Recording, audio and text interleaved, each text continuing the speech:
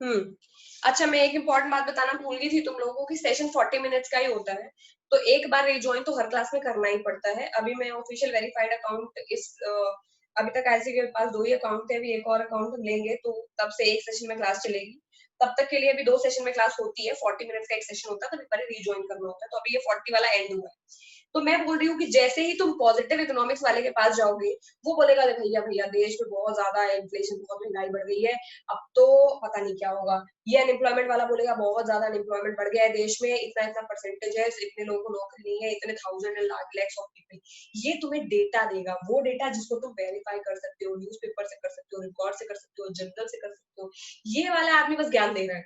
India में यहाँ महंगाई को ये इनको कर लेना चाहिए, अगर ये वर्ल्ड बैंक से मदद ले ले तो कितना अच्छा रहेगा। इंडिया को जॉब क्रिएट करने के लिए ऑटोमेशन और मशीनरी को बैन कर देना चाहिए। ये जजमेंट पास कर रहे हैं, प्लस ये बता रहे हैं हमें क्या स्टेप देने चाहिए। तो क्या ये सोल्यूशन प्रोवाइड करते हैं? हाँ, करते हैं। बहुत बार ये लोग ऐसी थेरीज बनाते हैं नॉर्मेटिव इकोनॉमिक्स वाले, जिन थेरी पे हमारे प्रेजेंट इकोनॉमिस्ट काम करते हैं और फ्यूचर को और बेटर बनाने की कोशिश करते हैं। तो इन्हीं की थ्योरी है, कुल मिलाकर के ये हमारा प्रेजेंट है, ये हमारा फ्यूचर है। हम प्रेजेंट में जो है उसको देखते हैं और फ्यूचर को देख करके हम उसी हिसाब से पॉलिसी बनाते हैं। समझ गए? Yes ma'am. ओके,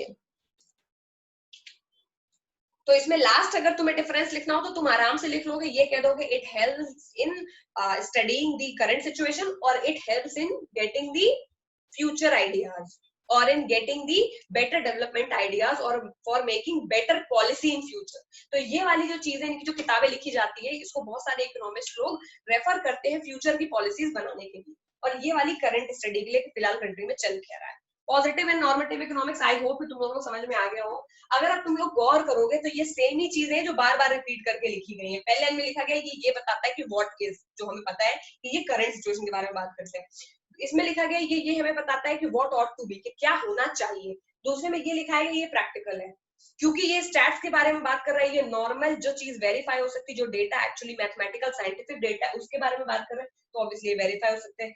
ये किसी साइंटिफिक डेटा के बारे में बात ही नहीं कर रहा है, ये तो ये बोल रहे हैं कि नहीं भैया कल हमें क्या कंट्री में करना चाहिए, तो ये फिलोसफी वाली बातें कर रहे हैं और इसीलिए वेरीफाई नहीं हो सकती। ये सेम ही चीज है। अगला ये एम्पेरिकल एनालिसिस यानी साइंटिफिक चीजें इसमें पॉसिबल है, ये केवल जजमेंट पास कर रहे हैं।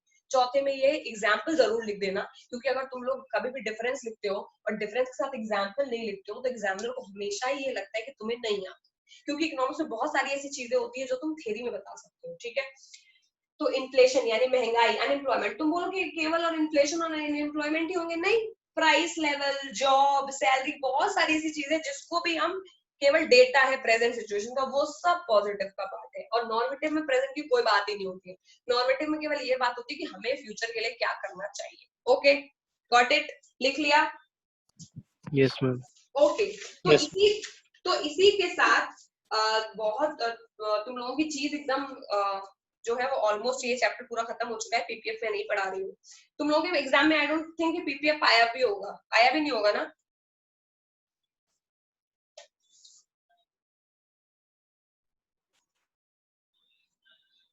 ठीक है, एक चीज होती है जो लास्ट थोड़ा सा टॉपिक है, सेंटर प्रॉब्लम्स हमने पढ़ ली, पॉजिटिव नॉर्मेटिव के बीच का डिफरेंस पढ़ लिया, ठीक है, हमने अपॉर्चुनिटी कॉस्ट पढ़ ली।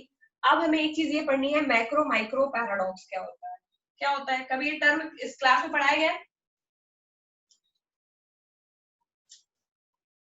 मैम मैक्रो माइक्रो या macro micro paradox. Small and very big होता है।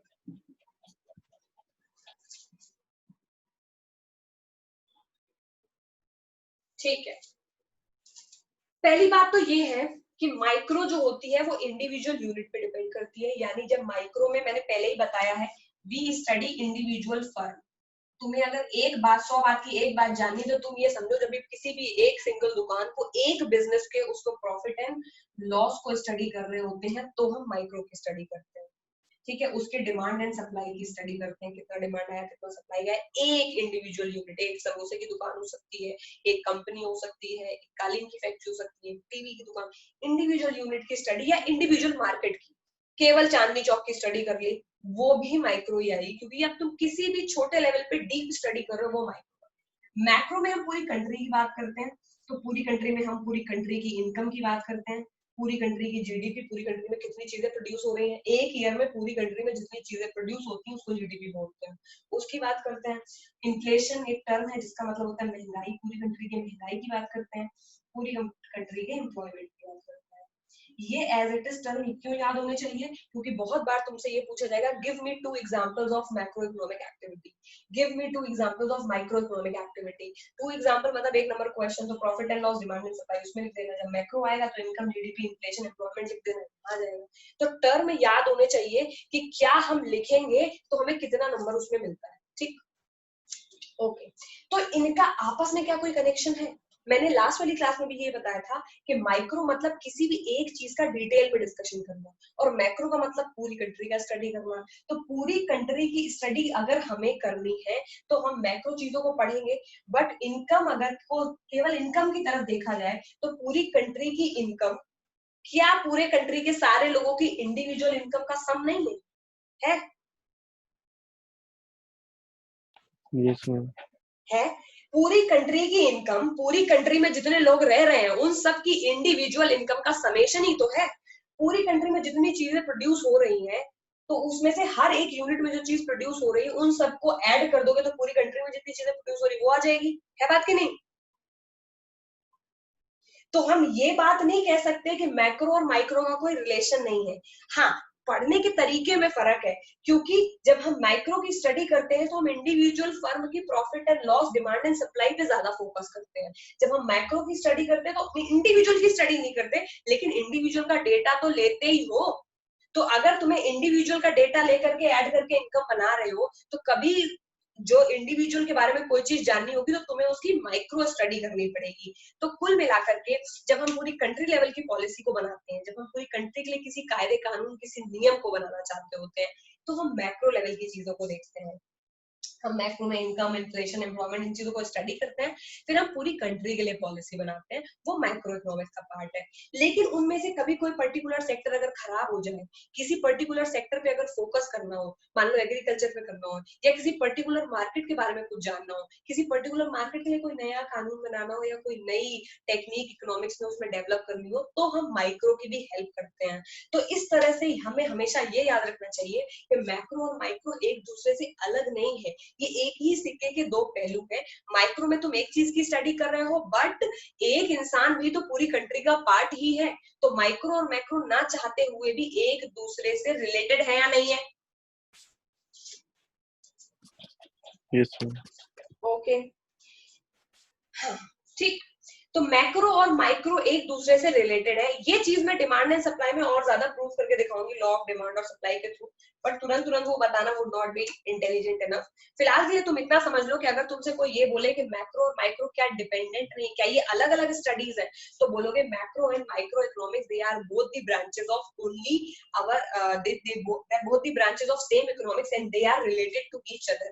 In micro we study individual unit, one in macro we study everything, but in a way they are interrelated. ठीक। अब इसमें एक term use होता है paradox. Paradox का मतलब ये होता है ऐसा स्टेटमेंट जो अपने आप में उल्टा हो, कंट्राडिक्टरी हो। जैसे मैं तुमसे ये बोलूं तुम पढ़ो 0 लेकिन नंबर ले आओ पूरे, तो ये पैराडॉक्सिकल स्टेटमेंट है, क्योंकि सबको ये बात पता है कि जो ज्यादा पढ़ेगा उसका ज्यादा नंबर आएगा। लेकिन मैं तुम्हें कहूँ ना ना भाई साहब, तक तुम तो 0 पढ़ो लेकिन पूरे नंबर लाओ, तो मैंने एक पैराडॉक्सिकल स्टेटमेंट बोला। मैक्रो माइक्रो की भी ये इनका जो ये रिश्ता है प्यार भरा, इसमें भी कुछ ऐसा ही है। जब हम माइक्रो की स्टडी करते हैं तो इंडिविजुअल फोकस करता है ज्यादा प्रॉफिट पर, क्योंकि जब तुम इंडिविजुअल यूनिट के बारे में स्टडी करोगे तो तुम मैक्रो को पूरा भूल जाओगे।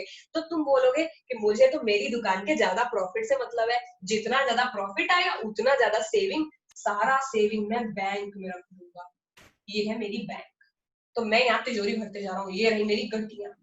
तो तुम माइक्रो में तो बहुत अच्छा काम कर रहे हो कि सारा पैसा तुम रखे जा रहे हो, रखे जा रहे हो, रखे जा रहे हो, ठीक है। लेकिन अब तुम्हें कुछ ज्यादा ही पैसा आ गया तो तुम बैंक में रख के टैक्स नहीं भरना चाहते, तो तुमने गद्दे के नीचे लगाना शुरू कर दिया। कहाँ लगाए?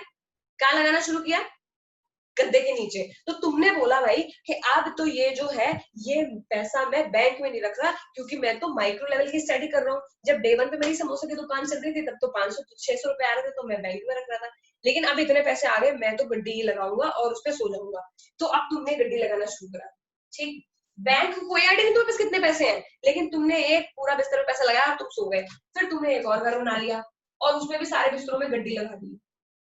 एक तरीके से तुम सेविंग तो बहुत कर रहे हो, जो माइक्रो एकदम बेस्ट टेक्निक है, क्योंकि माइक्रो इंडिविजुअल चीज की स्टडी करता है और फोकस करता है कि कितना ज्यादा प्रॉफिट हो। तुम्हारी समोसे की दुकान बहुत अच्छी चल रही है, प्रॉफिट बहुत ज्यादा हो रहा है, गड्डियां भी बहुत सारी है तुम्हारे पास, लेकिन वो गड्डियां किसी को नहीं पता तुमने छुपाई हुई है, ठीक।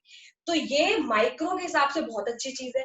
जो काम तुमने किया तुम्हारे पड़ोसी ने भी तुमको देख लिया कि भाई इसका तो बड़ा प्रॉफिट हो रहा है, मैं भी सेम चीज कर लेता हूँ। सबने धीरे करके अगर यही काम पूरे मोहल्ले के लोग करने लगेंगे, सब अपनी गड्डियां छुपा के रखने लगेंगे बेड के नीचे, और धीरे धीरे ये काम पूरे मोहल्ले से पूरे सिटी के लोग करने लगेंगे, तो माइक्रो इकोनॉमिक सक्सेसफुल तो हो जाएगी, लेकिन ये पैसा कभी बैंक नहीं पहुंचेगा, तो मैक्रो फेल हो जाएगी। समझ में आया? मतलब जब तुमने पैसा ही हटा दिया इकोनॉमी से, तो ना चाहते हुए माइक्रो तो सक्सेसफुल हो गई, क्योंकि हमने इंडिविजुअल फर्म का तो बहुत प्रॉफिट करा लिया, लेकिन हमने पूरी कंट्री के इनकम की बैंड बजा दी, क्योंकि किसी को तो पता ही नहीं कि हमारे पास कितना पैसा आ रहा है। हमने बैंक में कोई पैसा रखा नहीं और बैंक वालों ने किसी को लोन दिया नहीं, पूरी कंट्री में गरीबी आ गई, तुम अकेले अमीर हो। समझ रहे हो पैराडॉक्स? तो पैराडॉक्स ये Yes, है, ma'am. कभी कभी माइक्रो ज्यादा जब माइक्रो पे ज्यादा प्रेशर डालो तो मैक्रो फेल हो जाता है, जब मैक्रो पे ज्यादा प्रेशर डालो तो माइक्रो फेल हो जाती है। ये इनका पैराडॉक्स है। पैराडॉक्स ये है कि माइक्रो एक ऐसी स्टडी है जो फोकस करेगी सेविंग बहुत ज्यादा करो, सेविंग बहुत ज्यादा करो, सेविंग बहुत ज्यादा करो, तो ये तुम्हें बताएगा कि अगर तुम्हें सक्सेसफुल हो तो खूब सेविंग करो। लेकिन मैक्रो तुमसे ये बोलेगी भैया तुम खर्चा नहीं करोगे तो सड़कें, मॉल, ये ट्यूब टायर, ये सब कैसे बनेंगे, इतनी इकोनॉमी चल रही है कैसे चलेगी। इकोनॉमी तो तभी चलती है जब लोग खर्चा करते हैं, जब लोग खर्चे ही नहीं करेंगे तो मेरी तो दुकानें बैठ जाएंगी, सारे मॉल बैठ जाएंगी, सारे इंडस्ट्रीज बैठ जाएंगी, और भैया जब इंडस्ट्री बैठ जाएंगी तो क्या तुम्हें सैलरी मिलेगी? No. नहीं। तो जो तुम सेविंग कर रहे थे वो तो वेस्ट हो गई, क्योंकि तुम्हें अब सैलरी मिलनी ही बंद हो गई। तो ये एक साइकिल है जिसमें फंस जाएंगे। सेविंग करनी है लेकिन उतनी ही करनी है जितने में इकोनॉमी का कोई नुकसान ना हो, यानी माइक्रो में इतना बैलेंस होना चाहिए कि हमारी कंट्री की चीजें डिस्टर्ब ना हो। ये पैराडॉक्स हम और डिटेल में स्टडी करेंगे, फिलहाल के लिए थोड़ा बहुत आइडिया लग गया, समझ में आ गया मैं क्या कहना चाह रही हूँ? Yes, ma'am. Yes, Balance रखना. कि माइक्रो इस बात पे फोकस करता है कि हम चीजों में ज्यादा प्रॉफिट जनरेट करें, क्योंकि माइक्रो स्टडी में हमारा मेन पर्पस होता है प्रॉफिट जनरेशन, ठीक है, और सेविंग करें। जितना हम प्रॉफिट जनरेट करते जाएंगे, सेविंग करते जाएंगे, लेकिन अगर हमने उसे वापस इकोनॉमी में सर्कुलेट नहीं करा, यानी अगर हमने उसे खर्चा नहीं करा, तो हमारी इकोनॉमी ऑटोमेटिकली एक्सपैंड नहीं हो पाएगी, क्योंकि जब तुम खर्चा नहीं खरीदोगे, जब तुम कोई और सामान खरीदोगे ही नहीं, तो अभी मैंने प्रॉब्लम्स पढ़ाया था इकोनॉमी में कि जब तुम्हारा कंज्यूमर ही नहीं होगा तो what to produce, how to produce, तो वैसी गड़बड़ है कि जब कंज्यूमर ही नहीं होगा, जब कोई खरीदने वाला ही नहीं होगा, तो कोई प्रोड्यूस भी नहीं करेगा, तो इंडस्ट्रीज भी बंद हो जाएंगी, और सारे लोग धीरे धीरे करके ना चाहते हुए भी ऐसे ट्रैप पे फंस जाएंगे जिसमें कि इकोनॉमी बर्बाद हो जाएगी। बल्कि आपने तो सेविंग पे अच्छा फोकस किया था। तो माइक्रो और मैक्रो दोनों में एक पैराडॉक्सिकल रिलेशन है कि एक को ज्यादा की तरफ ले जाओ तो दूसरे वाले को नुकसान हो जाता है। इसको कैसे हो जाता है? अगर मान लो कि कंट्री ने जो इन्फ्लेशन है वो बढ़ा दिया, महंगाई बहुत बढ़ गई। अब जब महंगाई बहुत बढ़ जाएगी तो महंगाई की जो मार होती है वो कॉमन मैन पे दिखती है कि नहीं? Yes, भाई ma'am. माइक्रो ये कह दे कि इन्फ्लेशन तो मैं ठीक डील कर लूंगा, मैं तो माइक्रो ने इन्फ्लेशन को डील कर दिया, लेकिन इन्फ्लेशन बढ़ते ही क्या हो गया, लोगों की मनी वैल्यू कम हो गई। वो कैसे होती है मैं बताऊंगी। लेकिन जब महंगाई बढ़ जाती है तो सारा सामान महंगा मिलने लगता है, तो सेविंग कम हो जाती है बात की नहीं? जब सारा सामान महंगा, जब माइक्रो में क्या होता है, इन्फ्लेशन, मान लो हम केवल इसमें इनकम, जीडीपी और इनकम को भूल जाओ। अभी तो मैंने ये दिखाया कि माइक्रो से कैसे नुकसान हो जाता है मैक्रो को। अब मैं ये दिखा रही हूँ मैक्रो से कैसे नुकसान हो जाता है माइक्रो को। माइक्रो मान लो महंगाई बढ़ गई, जब महंगाई बढ़ जाएगी तो खर्चे बढ़ जाएंगे तुम्हारे, जब खर्चे बढ़ जाएंगे तो तुम सेविंग तो कर नहीं पाओगे, और जब तुम सेविंग नहीं कर पाओगे तो धीरे धीरे तुम्हारे बैंक के पैसे भी कम हो जाएंगे और घर के पैसे भी कम हो जाएंगे। है बात की नहीं? तो Yes, ma'am. अगर इकोनॉमी को कल को कोई इन्वेस्टमेंट चाहिए होगा, यानी लोगों को अगर ये चाहिए होगा कि भाई आप थोड़ा पैसा हमें दे दो ताकि हम कोई दूसरा बिजनेस करना चाहे, तो क्या बचेगा? No, ma'am. तब भी एक ऐसी सिचुएशन आ जाएगी कि सेविंग एकदम जीरो हो जाएगी। तो एक टाइम पे सेविंग इतनी ज्यादा हो गई कि इकोनॉमी एक्सपेंड नहीं कर पा रही, और दूसरे केस में सेविंग इतनी कम हो गई कि इकोनॉमी एक्सपेंड नहीं कर पा रही। हमें बैलेंस में रहना है, जहां पे अच्छी सेविंग भी रहे और इकोनॉमी सर्कुलेट भी होती रहे, उसी को हम बोलते हैं स्टडी ऑफ इकोनॉमिक्स, और उसी को बोलते हैं इक्विलिब्रियम, जिसको हम आगे के चैप्टर्स में पढ़ेंगे। कंज्यूमर इक्विलिब्रियम, इक्विलिब्रियम का स्टेट हमको रीच करना होता है जिसमें हम बैलेंस मेंटेन कर सके। बात ठीक है कि नहीं? Yes yes ma'am. मैम। तो अगर थोड़ी बहुत चीजें अगर यहाँ समझ आ गई हो तो ठीक, अगर ना समझ आई हो तो उसमें बिल्कुल टेंशन नहीं लेनी है, क्योंकि ओवर द टाइम वो चीजें एकदम समझ में आ जाएंगी, एक एक चीज। जैसे जैसे एक एक लॉ को पढ़ते चलोगे, जैसे जैसे एक चीज